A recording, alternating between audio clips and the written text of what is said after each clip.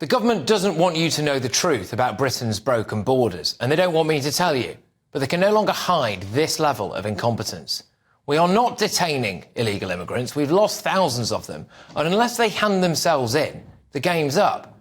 You're about to hear from a complete chuckle brother called Sir Matthew Rycroft, a civil servant who was given a knighthood despite overseeing record immigration and frankly has the appearance and demeanour of Tim Nice but dim. Can you tell us where all these missing illegals are, please, Sir Matthew?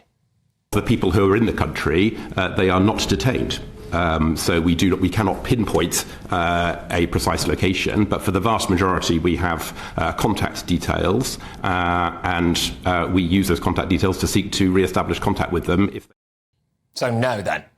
So what happens when they go missing? So do we now know what's happened to the remainders who have no legal basis on which to still be in the United Kingdom? The Home Office, through our different mechanisms of tracing people, are continuing to seek to trace them. So when people do disengage, and I think that's a more accurate word than gone missing, when people do disengage from us, we respond to that. So they try to phone them up on phones that probably no longer exist. Note the use of language there, OK? Home Secretary James Cleverly says they're not missing, they've disengaged. Well, it's not called the disengaged children's list, is it? They're missing, OK? To be more precise, he's lost them. Another complete fudge now. Stop the boats, they said. Well, despite claiming boat crossings are down, we've actually got around 35,000 people this year, apparently.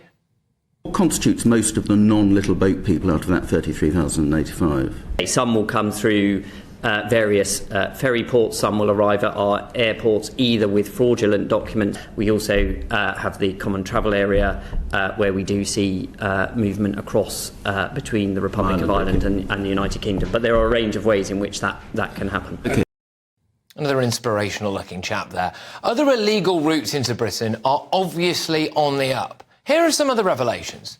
So we passed the illegal migration bill, which is supposed to stop people being able to engage in the asylum process if they've entered Britain illegally. We are still letting them engage. Why? Well, because we haven't got returns agreements with their home countries, so nothing has changed there. Here's another home truth for you. If they haven't already gone missing, you're still paying for them. Why? Because otherwise they'd be destitute. Apparently, there have been around 10 reports commissioned by the Home Office into illegal immigration that have never been published, and the chap who helped write those reports has now not had his contract renewed. It is no longer called an asylum seeker backlog, by the way. It's now the queue. So we've cleared the backlog by renaming it a queue. This is complete chaos. Reports are not being published. Politicians and civil servants are engaging in Orwellian mind games by renaming things, like the word missing. They do not appear to be enforcing legislation, mainly because it is seemingly unenforceable.